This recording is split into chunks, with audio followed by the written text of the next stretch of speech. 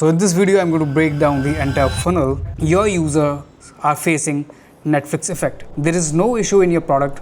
There is no issue in your landing page. The issue was that how you are treating your user. Most of the Google Ads campaign doesn't fail because the product was bad. It usually fails because of three reasons. First, the campaign structure is confusing. Second, the user clicks with a buying intent but lands on a broad page with too many options. Third, most of your campaign budget is going into Performance Max campaign without actually knowing which category is performing best for you. And this is the reason most brands says Google Ad doesn't work for us. But in this case, Google Ad wasn't the problem, the funnel was. So in this video, I'm going to break down the entire funnel of this client who came to us with the problem of low sales and then end up having 471 ad spend with 6791 revenue. So let's dive into the full funnel breakdown of this client. So I have divided this whole breakdown into 9 key parts, which are first the problem, the audit, the PMAX issue, then search and shopping logic, the Netflix effect,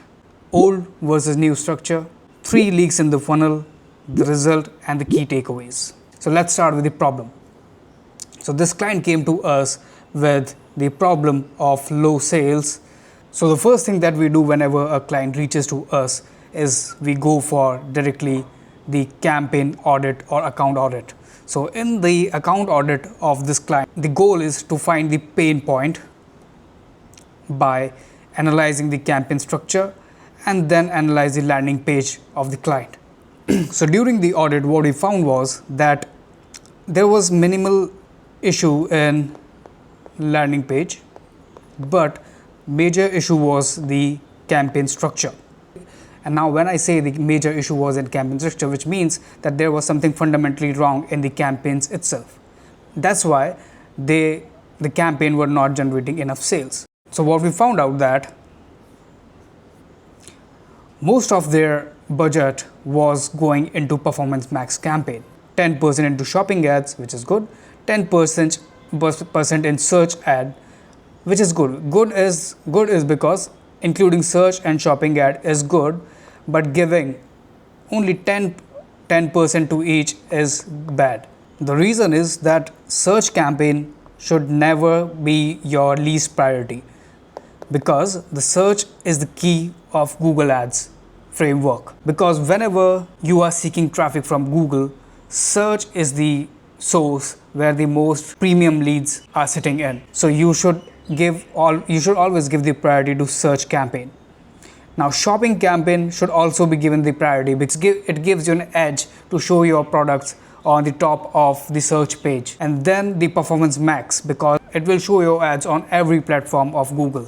That's why we restructured the campaigns and built like this.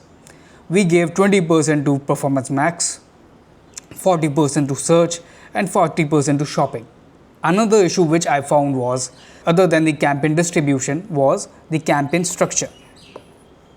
Earlier what they were doing is that whenever a user come to their landing page, it was going to a broad page, which means, let me show you like this. This is a user and he is coming through ads and he is looking for white French sofa, and your landing page shows him multiple categories of sofa, which includes French sofa, Italian sofa, and everything. So what it does is it confuses the user. Now this is where the decision paralysis comes. So I call it the Netflix effect. For example, you must have experienced this personally if you watch Netflix or Amazon Prime or other OTT platforms. Sometime you plan to watch movies, open Netflix, and you end up watching nothing because there are too many options that you keep on scrolling on multiple categories of movies, but end up watching nothing. And this is the exact theory I gave to the client during the discovery call, that your users are facing Netflix effect. There is no issue in your product. There is no issue in your landing page. The issue was that how you are treating your user. They are treating their user just like this. They are confusing their user with too many options. The user is coming by seeing their ad, and when they land on the landing page, they see multiple categories of furniture, and they end up getting confused and buy nothing, and the result is down. So what we did is we fixed this structure from this to this. So the new structure was that each category of sofa should have their different separate campaigns. For example, if it is Italian sofa and this is French sofa, so it should have different campaign, unlike the earlier structure which was bringing user to a broad page. Now we are bringing user as per the category, as per the intent.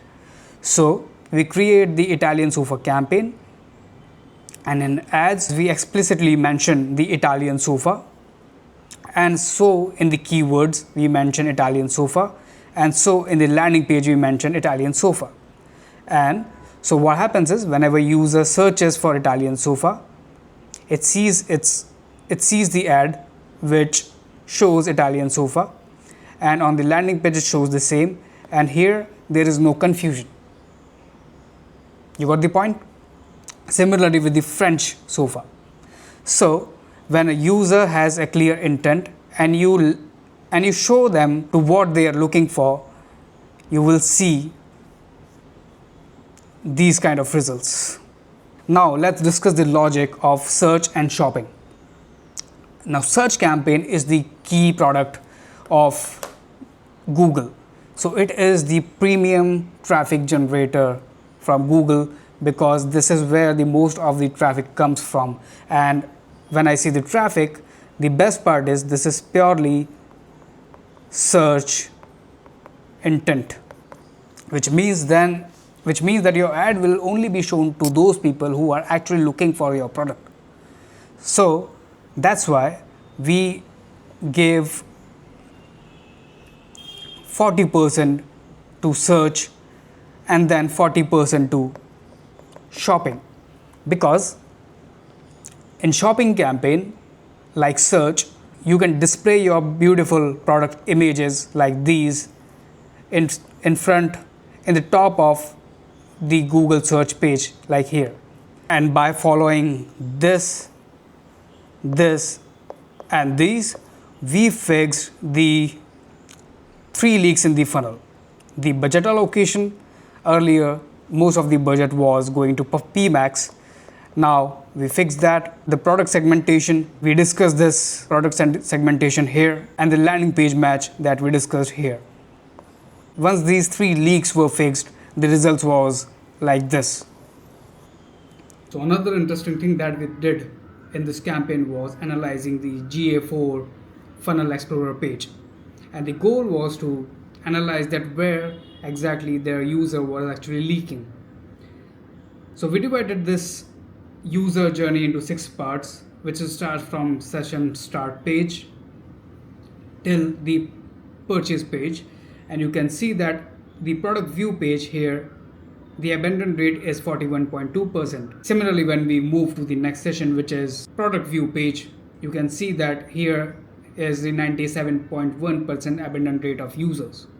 And similarly, when we go to the checkout page, you can see only 33% user out of 100% people actually started begin checkout, which means out of 100 people, only 33% remain till the checkout page. This tells us an interesting story that there is something wrong in either the checkout page or the product view page itself. So on the basis of this report, we analyzed and created this report, and we discussed this with our client, and we found out that 70% of their users are mobile users, and 97.1% users are actually abandoned from product view page.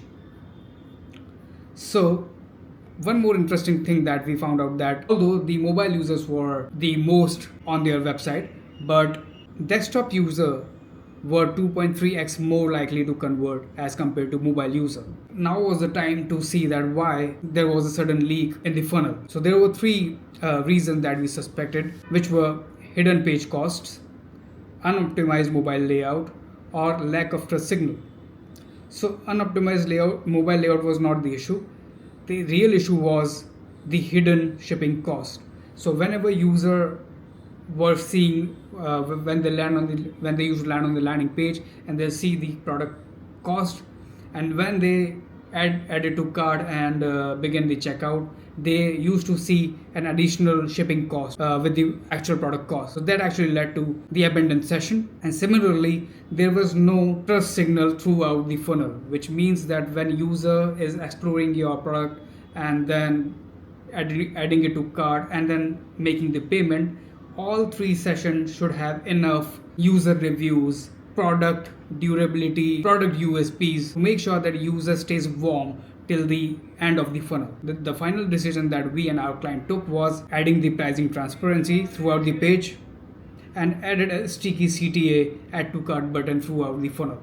So if your e-commerce brand is actually spending money on Google Ads, but sales are still not there where they should be, your account may simply need a better structure. At AdShot Media, we help e-commerce, travel, lead gen brands build Google Ads campaign around real buying intent. So if you want us to audit your Google Ads campaign, go to the link in the description, schedule a free 30-minute strategy session with us. And if you found this breakdown useful, subscribe to our YouTube channel, follow us on LinkedIn, Instagram, and Facebook, because I'll be sharing more real case studies built around Google, e-commerce, and travel campaign. And remember, most campaigns do not fail because of the wrong platform or wrong product. They fail because the wrong structure of the campaigns. Go schedule that call. Well, that's all for today. This is Ankit Srivastava signing off. We will meet in another one. Till then, take care. Have a great day. Bye-bye.